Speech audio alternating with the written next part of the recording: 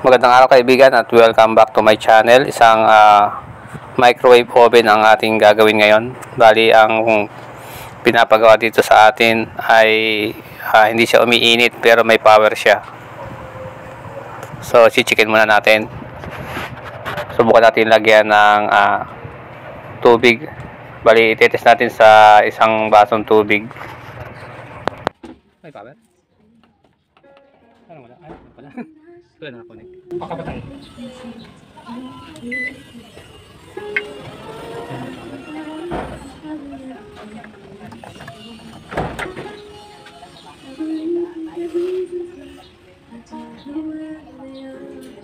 Testing natin muna. Na-testing mo ano? Oo. May ikot. Oo.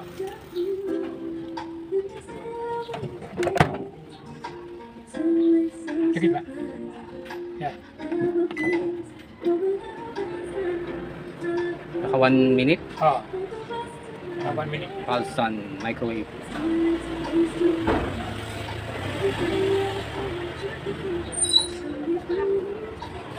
Testing natin sa grid. Yung iba kasi nandito yung switch, tutulak mo na lang.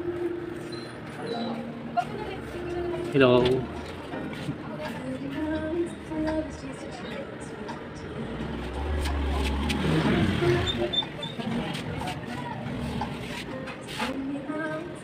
Eleven, 10, 9, 8, 6.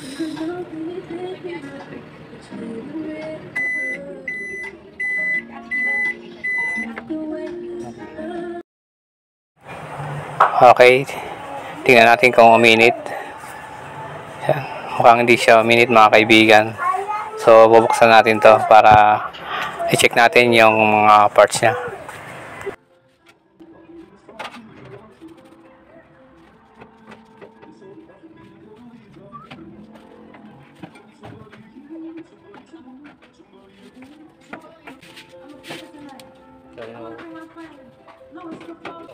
Kukulik ang kilaw. Meron sa ilalim yan. Ilalim Meron.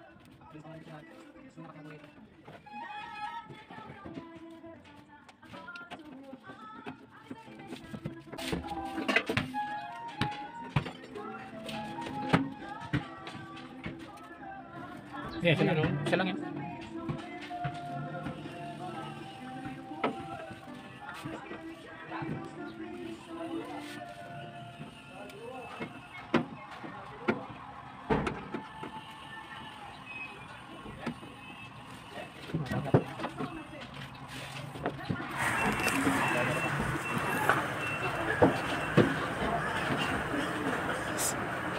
So, bali nabuksan natin mga kaibigan.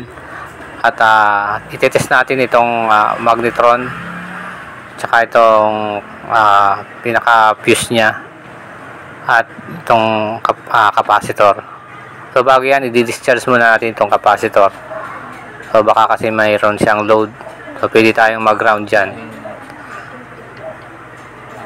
So, discharge muna natin. High voltage na. So, i-check natin dito Electric pa naman. kung okay yung fuse niya. Discharge muna. At itong capacitor kasama na rin itong, bali may nakakonect dyan na diode. Bali naka-grounding yun. So, kung okay siya, o malamang dito tayo sa magnetron. So, ang magnetron naman, natetest naman yan kung shorted sa body itong pinaka-filament niya. So, madalas ang pinapalitan natin dito ay yung magnetron. So, siya kasi yung lumilikha ng microwave. So, kaya nga siya tinatawag na microwave oven.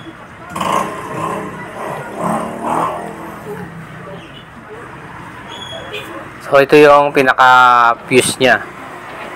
So, ang value niyan ay minsan nasa 0.7 of kV o nasa 0.8 hanggang sa 0.9. Hindi tester na rin. Hindi akong tester muna.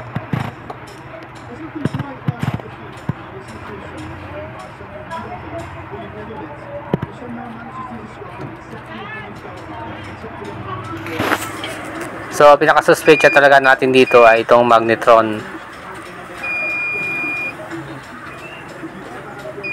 So, ang test natin dito sa magnetron, hindi siya shorted yung pinaka-filament niya. So, malamang hindi na talaga siya gumagana yung magnetron. So, hindi na siya makalika ng tinatawag na microwave. So, actual nating tinetest pa ganito. So, papalitan na rin natin siya kung talagang yun ang pinaka defective sa kanya. Itong magnetron.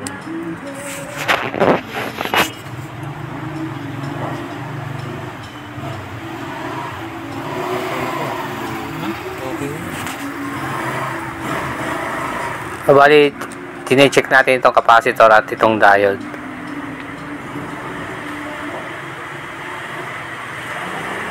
So, sa test natin, itong fuse, okay siya, hindi siya nag-open. At itong capacitor, at itong naka-grounding na diode niya, okay rin. So, dito tayo pupunta ngayon sa magnetron.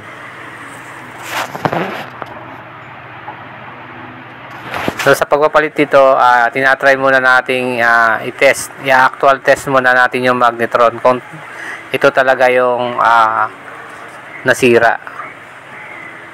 So, minsan napapansin natin dito, umiinit lang ng konti itong pinaka-cover ng magnetron. Pero yung pagkain o tubig na inilagay doon sa mismong plate sa loob, hindi siya umiinit. So, malamang pag ganito, sira na tong magnetron.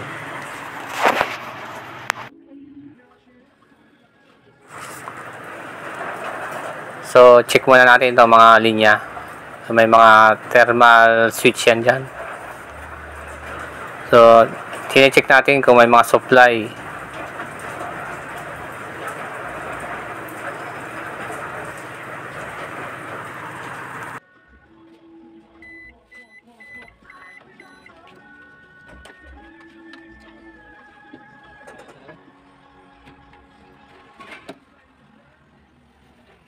Kapit lang tayo lang. Minit lang konti. Magnetron.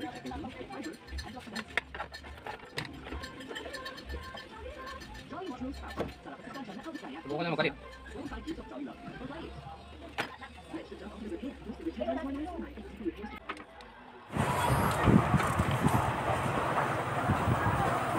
So, tatanggalin lang natin itong magnetron niya para actual natin itong mapalitan.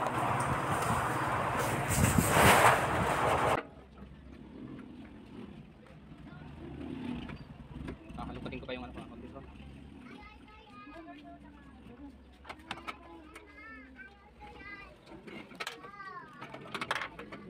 Tanggal pala eh.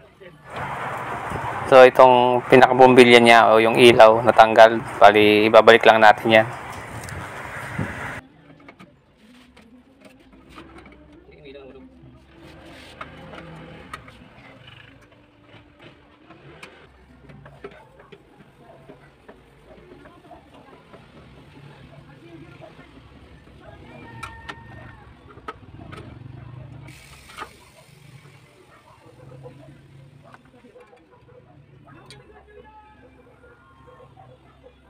Yan, pinaka-heater niya.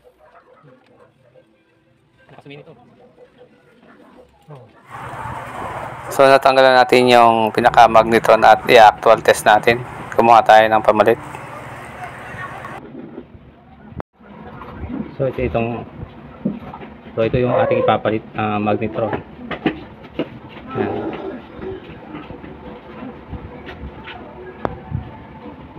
Yung ating papalitan. So, tatay natin kung iinit. Tatay tayo magpalit. Tatay natin palit.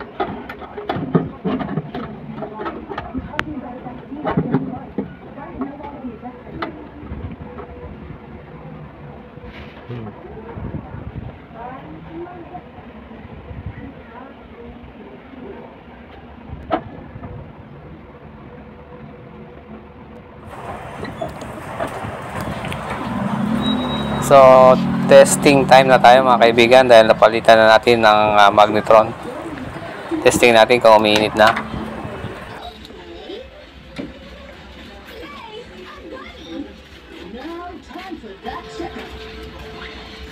Let's do this. See how easy that was? Thank you so much, Doctor. Now, let's do it out. 1 minute. Testingin natin kung iinit na yung ating tubig. Pinagtan natin siya ng magnetron. Ayan. 40 seconds. So, nakaset lang yan sa 1 minute. Pulsan microwave oven. So digital siya. So, meron din siyang heater sa taas.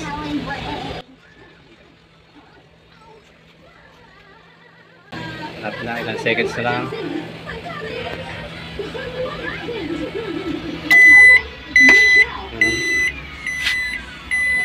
seconds. 10.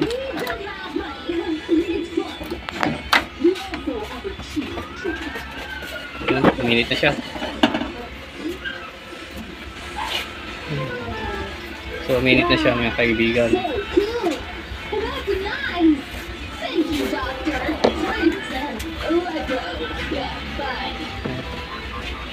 Hindi lang kita. Minute siya. Ulitin natin ng another 1 minute para makita natin na talagang uminit siya.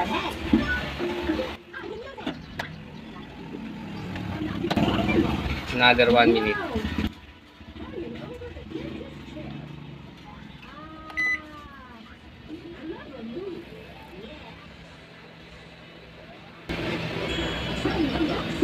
Para makita natin na umuusok talaga siya. Na uminit yung tubig.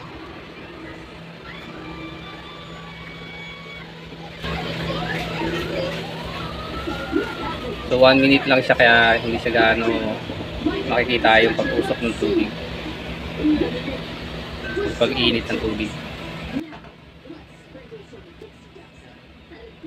20 seconds.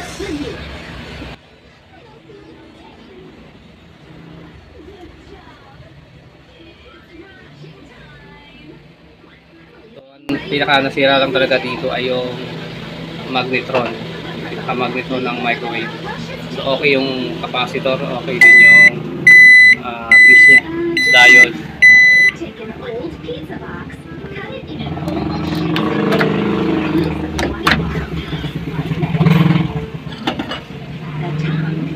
Yan. and some ugly, dirty things. Yan, we just sumisingaw yung tubig. Okay, kita. How do you do it? Let me. Great. Now he knows.